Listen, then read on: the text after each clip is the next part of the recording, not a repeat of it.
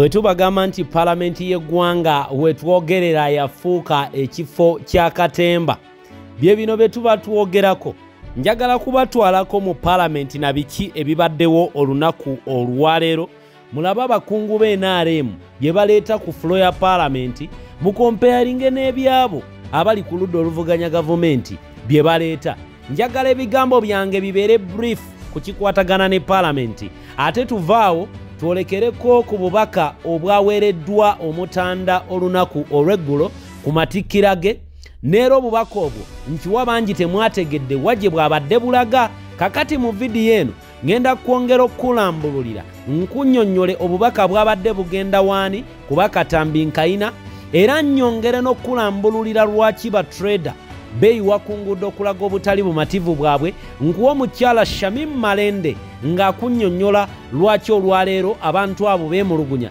ne batuuka n'okuggalawo amaduuka gaabwe byonna mbiyina mu katambi kamala okuwa ku bibadde mu palamenti y'eggwanga Uganda nkutwale ate mu birala katutandike bwe tuti.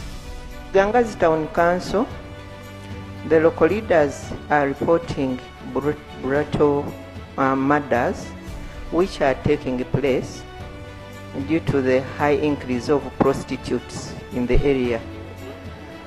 We are having a very good season of coffee. So the coffee farmers are now getting some good cash. And the prostitutes came to find out. So they invaded the place from Lukaya, from Nyendo, and they are coming to our area. So far, we have lost 3 younger men, one of 28 years, 32 years, and 38 years, who have been killed by prostitutes. You know, the problem which you have, most farmers don't bank their money. They keep their savings in their pockets. So when the prostitutes find money, they just want to kill and go away with the money. And in Mkomansimbi North, at least most of men are legally married because we are so religious. But now it has caused a lot of domestic violence and increased numbers of HIV rates. So my question is, how fast can you do to relocate those prostitutes from Chiganga's Town Council to any identified place in Masaka City where buyers can at least find them to go and buy? Thank you. Right. Colleagues, let's listen to Right Honorable Prime Minister. They've made your work very easy. They have even given you where you can relocate the prostitutes in Masaka City. Right Honorable Speaker and Honorable colleagues. Right Honorable Speaker and Honorable colleagues. I am happy that the NRM government has made people rich, including Komansimbi. These issues that have come because our people are now economically empowered will be handled, including prosecuting those prostitutes. We are going to make sure that we send there, even Busia. Macho wants you to send them to Busia. You want me to send them to Busia? Right Honorable Speaker, the issue at hand is not a simple matter, because you know prostitution brings in these communicable diseases, and so we need to help our people. We shall make sure that we use the LOCs together with the local police, who will be assisted by people from Kampala, the security, so that we comb that issue out of, so that our people can invest their money. Thank you. Now, honorable colleagues and honorable member, for the record, prostitution is illegal in Uganda. Therefore, we can't be in this house to say you transfer an illegality from one area, a crime from one area to another. Byebyo palamenti yaffe byeyagala okukola. Byebyo ababaka naddala abali mu NRM bye banyumirwa okuwulira nga bidibetingibwako. Njagadde nneme kulwawo palamenti kangiveemuko katono mmale okuwa obubaka buno nate nabwo buyitemu. Obubaka obuvudde w'omukyala Shamim Malende nga nnyonnyola lwaki batrader bagambye nti kabaggalewo amaduuka gaabwe obeere nga weeyongera n'okulambulwako n'okutegeera lwaki abantu bano mu byonna bagambye nti bo obwegugungo bwabwe kababukole nga baggala emirimu gyabwe kubanga gavumenti tefuddeyo kubawulira. Ebigambo byenkomye okuwulira mu paalamenti nga Nabbanja agamba nti olunaku lw'enkya bagenda kuggulawo. Tetumanyi endagaano gye bava kukola naye nga abagambye nti bajja ku miitinga Yoweri Kaguta Tibuhaburwa mu bbanga eritannaba kubeera nga litegeerekeka. Katumale okulaba bino tweyongereyo nate n'ebirala. Njagala otegeera obuvo n'obuddo bw'abantu bano okwegugunga. Etteeka erisinga okubatawaanya oba eritawaanya abasuubuzi bakola etteeka beta Tax Procedure Code Act mu mwaka gwa 2014 Parliament yaliyisa etteeka eryo nga lyali ligenda okuregulatinga engeri emisolo gye ginaakolekitingibwangamu. Then bwe baamala mu tteeka eryo erya 2014 temwalimu e-receipting e-free system yali teriimu. Mu mwaka gwa 2018 Parliament neekola enkyusiriza negamba nti nereta kibaita Tax Procedure Code Amendment Act ya 2018 eyo ya introduce nga kino ekikabya abasuubuzi olwaliro kibaita e-freeze negamba nti netekalize okuleetawo system gye baita ya e-freeze era etteeka lino lyeri muligenda kubeeramu n'ebibonerezo nga mukulu Sekito byayogeddeko mu mukaaga kati nno waliyo n'omunaana ogwo gulina we gwekwesendoza tebanatandika guteeka mu nkola naye banatandika oguteeka mu nkola waliyo ne penalty ya miliyoni 8 waliyo okusiba omwaka ogumu oba emyaka 3 byonna biri mu tteeka lino. Kati eno amendment ya 2018 baagireeta neyita mu Parliament bwemala okuyita negamba nti bano ono gundi Minister wa Finance abeera n'obuyinza obukala regulations ezinateeka bino mu nkola.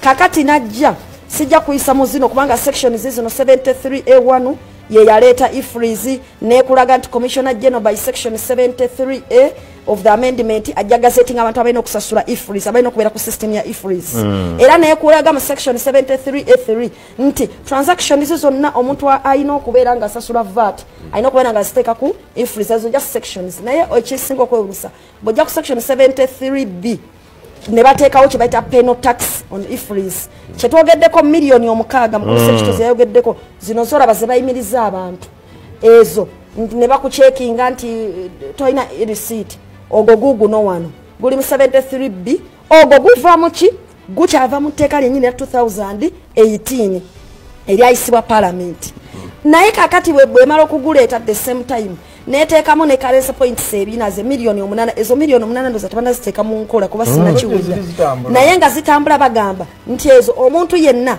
bwana alemerwanga okugula kanu ka device akaka e-freeze aka correcting e-freeze naberanga takalina basobola okubeera nga bamukyajinga miliyoni 8 so in fact essaawa eno buli dduuka lyonna bwe libanga terikalina basobola okugenda nga bavadduuka ku dduuka nga munana kyokka ekyewuunyisa mu ekyo miliyoni 8 zino zoraba ka e-freeze device gwokegulira mu regulations ze bakola minister regulations zino ziriwa baziyita taxi okuteeka mu nkola nkulaga okwetteeka bwe batuuka mu kuteeka mu nkola minister akola Tax Procedure Code e-invoicing and e-receipting regulations mu mwaka gwa 2020 bwamala okuzikola ateekawo obukwakulizo obulala obutaali mu tteeka Parliament yali yayisa yagamba ekintu kino tunakiteeka mutya mu nkola buli musuuzi bajja kubeera waliwo gye bayita web portal authority gyerina okuteekawo eya URA okusaba ofunze olina okubeera ne app app eyo omusuubuzi agenda okusasula omusolo ogwo waliwo olina okukozesa USSD quick code ezo bebazikuwa ndowooza okosa mu business ne bakolaga olina n'okozesa fiscal device yaabwe device eyo gyokozesa olina okuba nga wagiguze ku manufacturer oba system developer oba supplier commission yo bwe yakola ki bwe yalonda kyokka bakugamba wano ku regulation 5 nti gwe olina okubyegulira ne sente zebyo byonna bwe batuuka wano ne bagamba nti bw'oba tokoze bino web portal tobigenzeeko toyina sente maybe zirwaninga internet zikola biki waliwo ebibonerezo wammanga ebibonerezo ne babireeta nga bikakali ne bakugamba nti ekisookera ddala bw'oba tokoze ebyo ojja kusasula 100 currency points oba okukusiba omwaka gumu mukomera ze miliyoni 2 oba okukusiba omwaka gumu mukomera oba byombi okusasuza miliyoni 2 n'okusiba naye nga bye bakugambirako balina netteeka eddala eriraga nti no olina okumakinga sure tekifo wotadde akawuma kaabwe wali safe senga bakabba kino kiri mu regulation 9 nenze nakagula go bakagula naye olina okumakinga sure nti tebakabba security for the device ekirala olina okukakasa nti no olina amasanyalaze tegavaako ku kifo kyo bino biri mu tteeka mu Uganda omusuubuzi yalina okusakasa amasanyalaze olina okukakasa nti amasanyalaze tegavaako. You can imagine emiwendo gye gyonna nga gikyajingibwa bannayuganda naye nga gavumenti mpaawo kyebawa in return. Njagala kubeera nga ate nkutwala mu birala ku bubaka obwabadde obwakabaka wa Buganda Ronald Frederick Muwenda Mutebi owookubiri buli omu bwe yabuwulidde yabadde abuttaputa mu ngeri ye. Leero nkuleetedde muganda waffe Nuwa abeere nga alukuviira ku ntono yakubuulire engeri gye yategeddemu obubaka obwavudde ew'omutanda ku matikkira ge ogabaddeyo olunaku olw'eggulo. Abamu babadde bagamba nti obubaka buno bwabadde bugenda eri ab'ekibiina kya NUP era ndabyeko bannamawulire bangi nga boogera bwe batyo. Obubaka bwa Katikiro bwo directly twategedde wajje bwabadde bugenda naye tetwayagadde kubeera nga tubuwabudde wabula obwakabaka bwo bwabadde bugenda wa. Katumale okuwulira bino ate nkomewo nkwongera ebirala ebibadde mu palamenti y'eggwanga Uganda weyongera okumanya nti tuli bubi nnyo nokkira bwe tumanyi bwe tuli. Oba oliawo mu ggwanga eggagga nga lino twalibadde tetuli bwe tuti embeera yaffe yalibadde teri bweti naye olw'okubeera nti abatufuga bwe batyo bwe baagala tuwangaale mu ggwanga lino kyova mbagamba nti lwoya lwa mu nnyindo olina kulwejja wekka. Wakati mu bunkenke bwe balimu mbagamba nti mwewale nnyo mmwe okugwa ne gavumenti eno byonna byekola biri mu ngeri ya ttaamu egenda. Weewale nnyo gwe Munnayuganda okugenda ne gavumenti eno. Kambawe bino nate tubiwulire ebyavudde mu bubaka bwa kabaka Ronald Frederick Muwenda Mutebi owookubiri kabaka wa Buganda. Amangu ddala nga yakava Namibia ebigambo byali bingi naye bye tutagenda kuddamu bye byaliwo abatakogenda Namibia n'ebirala ebyagwa mu Koweri. Waliwo embeera etali nnuŋŋamu mu bwakabaka buli Munnayuganda alina okitegeera naddala mu abaana ba Buganda mulina okukinnyonnyoka nti waliwo ebitatuukanye na mutindo ebiri mu bwakabaka. Katumale okuwulira bino ate nkomewo. Ssaabasajja Kabaka Ronald Muwenda Mutebi owookubiri yaweerezza obubaka eri Abaganda eri Obuganda ku matikkira ge. Naye Ssaabasajja Kabaka ono obubaka bwe butera okugenda ebuziba. Be bamu kubafulumya obubaka buli omu n'abutaputa bulwe. Bwetaaga abantu abalowooza ennyo n'abafumiitiriza. Weewaawo nga bwe nkugambye buli omu abutwala bubwe buli omu abutaputa bubwe. Mukyo ntegeeza ki?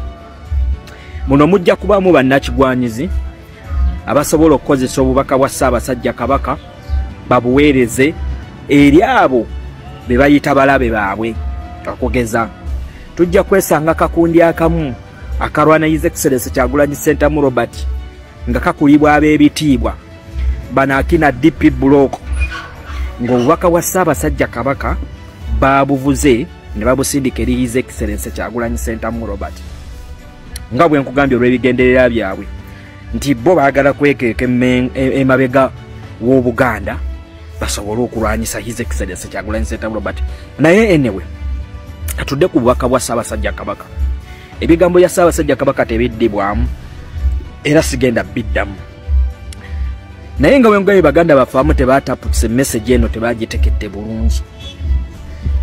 Ssaabasajja Kabaka buno obubaka bwe yayogezza n'amaanyi n'obusungu n'obuyinza yabadde abusindika direct eri bataka.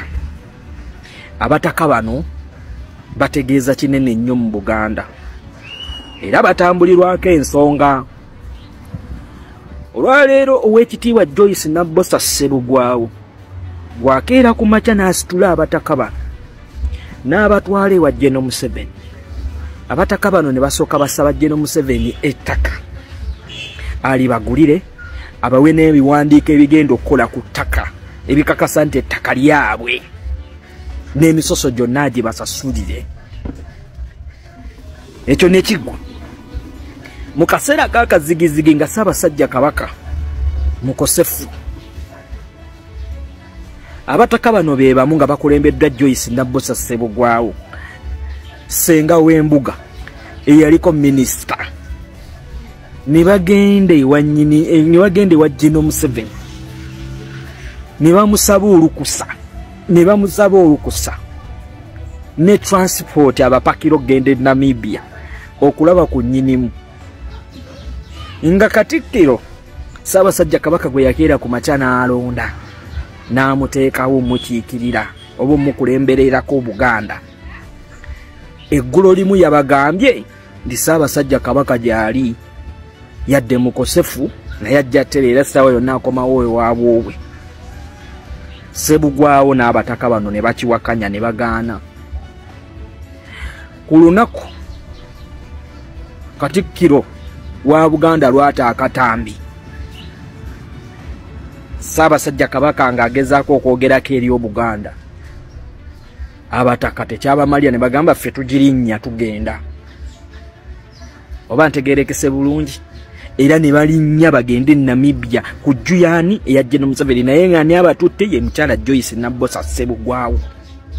Kati kitegeeza nti waliwo olutalo oba oluwonko wakati w'olukiiko lw'Emmengo olukulemberwa Katikiro wa Buganda n'abataka ng'abawalaawala yessenga w'embuga Joyce Nabbosa Sebugwawo. Luno okwawukanamu luno olweyawulamu oba luno olunyaafa lwaswaza Buganda ne Ssaabasajja Kabaka nga ye era bw'asindika message y'amaanyi nnyo nti waliwo okweyawulayawulamu mu Buganda. Kyova olaba Ssaabasajja Kabaka yayogedde ku bwegassi wakati w'abataka n'olukiiko lw'Emmengo.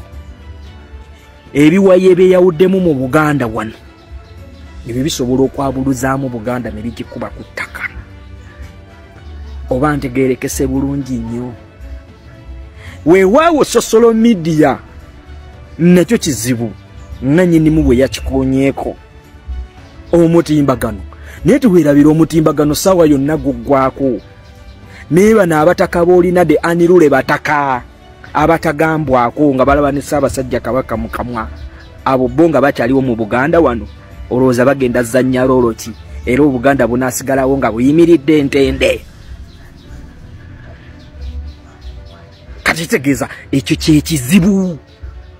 Makyazi ngambye social media nakyo kizibu naye social media ssaawa yonna ekoma naye bano abataka ba anirule bataka batayagala kumanya nga kibagala kumanya bifutuka wa Katikiro ne wa Ssaabasajja Kabaka nga batuuka n'omulaba mu kamwa ne bagende wannakyemalira ne bagenda balabe nnyinimu nga tasiinye. Oba okategedde bulungi nnyo naye olw'okuba kugambye nti tulina bannaffe balwana His Excellency Kyagulanyi Ssentamu Robert obubaka buno babusindisa amangu ago ne babukiyalinga amangu ne babusindika eri His Excellency Kyagulanyi Ssentamu Robert. Naye ng'ekizibu ekinene kwe kweyawulamu kw'abataka n'olukiiko lw'Emmengo. Awo omulabe waayita kubanga okweyawulamu kw'abano n'omulabe akukozesa nga kakisa okwabuluza Buganda ogikubawo ku ttaka. Mujjukire Buganda yakomezebwawo naye teyagikomyawo mu mutima mulungi yagikomyawo ebeerewo olw'okusobola okukuuma obukulembeze bwe n'okufuga eggwanga Uganda. Kitegeeza asobola ogiyingira n'agipenetratinga n'agikuba nga agiyita munda. So we wabadde obubaka bwa Ssaabasajja Kabaka awangaale Ayisiza Ssaabasajja Kabaka wa Buganda maaso mungi Cuucu Lukoma n'Antawetwa. Tetujja kwogera bingi ku byabaddewo olunaku lw'eggulo naddala mu kadde ak'okulya keeke nalabye omulangira Ssemakokiro ng'agaana okulya keeke eyo newankubadde nga Katikiro ayadde afuba ogimukaka omulangira ono yagaanye ogiteeka mu ttama. Katikiro ono alina ebibalo bye era bw'owulira ebigambo bya Kabaka ebyayogeddwa muganda wange omanyirawo nti nno byabadde biteeketeke era ebiwandiike wabula tetujja kuyingirayo nnyo baganda bange nga bwe mbagambye. Ekirungi kiri nti omulangira yaba communicatingide n'abalaga nti ono ayagala okulya nange keeke oba ayagala ndye keeke yemukwalidde ayina ebintu byakola ebitatuukanye na mutindo kyava yaganye okulya keeke eyo. omanyi wandikola ekintu ng'olina b'oyagala okuyiwa naye n'ofundikira ng'ate gwe kennyini weewaddeyo. N'olwekyo banywanyi bange awatali yadde okuwannanya kambatwaleko mu paalamenti y'eggwanga muwulire bikiroopu byayogedde n'ababaka abalala abali ku ludda oluvuganya. Ndabyeko Honorable Tebandeke nga naye alina obubaka bwawa. Tweyongereyo okubeera nga tumanya biki paalamenti yaffe ebibaddemu. Nfunye opportunity egenderere nnyo nti paalamenti ya Honorable Tayebwa eba yanjawulo omuko ku ya Anita Anet Amongo, era nabagambye nti olwaleero Tayebwa twaligambye nti baali muwaddeyo ku opportunity oba oliawo okweyongera okubeera nga paalamenti eno yagituula mu mitambo, kubanga buli waabeera nga yagiri mu mitambo tulaba nga abali ku ludda oluvuganya bafuna nnyo opportunity okubeera ne platform okwogera ekintu ekirungi oba oliawo. Ebyerubowa mugamba tebikomyewo, kamala okubawa lopu ayongere okubeera nga alambulula ku biki oba mbawe byayogedde mu paalamenti y'eggwanga tuddiŋŋane mpola mpola. Mbaagala nnyo Sheikh Ashraf gwe tutambudde naye mu programu eno munoonyeko ku namba ye tweyongere okubeera nga tuwonga obwakabaka bwa Buganda eri Katonda, kubanga embeera eriyo tewoomya nakabululu kogatta n'ebyo biri mu paalamenti yaffe. Tuddiŋŋane mu vidiyo eddako kambalekere bino. Neeyongera obbakubira omulanga nga bwe kigambibwa nti ow'ennyimba mbi ayimbira mubabe, baana ba taata baana ba maama embeera yo mugiraba. Kaddatako kakaweerege ng'eddya ly'obukadde era mbakubira omulanga ogutakungula. Yenna alina kalina ennamba weeryawo. Muganda wange ndwawo bakaabirira naye lwenkaabye mumanya bibi. Mumanya nina akantwalaganya naye nja kuwulira bulungi nga waliwo atuyambye okweyongera okubunya enjiri eno ey'enkyukakyuka. Tuddiŋŋane wonna woonojja Mukama akunnyongererewo ebirungi lufukunya. Mubeere bulungi, kambalekere lopu mweraba. This government promised to build a specialized hospital at Lubowa. And so far, over 600 billion shillings has been sunk into this project. And Ministry of Finance confirmed that figure here in the House. Over 600 billion shillings that we have sunk into Lubowa specialized hospital. But there's nothing to show for all of that money. No wonder they cannot give access to us as legislators to see what's happening there at the site, yet the money is appropriated here. I find that very quixotic, Right Honorable Speaker. Government comes to us to appropriate money. We do. And then when we want to play our oversight role, we cannot. The health committee tried to access that site. They were denied access. I went because my responsibility is to keep the government in check. Together with my colleagues, we went. We were denied access. The Speaker told us that a delegation led by yourself, Right Honorable Speaker, as Deputy Speaker, will go, check out the site and give us feedback. I'm hoping, Right Honorable Speaker, you were also not denied access. Because you preside over the house that appropriated this money, why doesn't government want to account to us? Why? I made a suggestion here and I said, all of us in our constituencies where we come from, there's a health center, a government health center that doesn't have medicine, that doesn't have medical workers.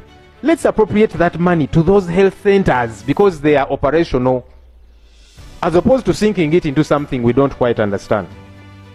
Youth unemployment. This is not just a challenge, Right Honorable Speaker, it is a ticking time bomb. Our young people brimming with potential and ambition are sidelined. Their dreams deferred or quashed.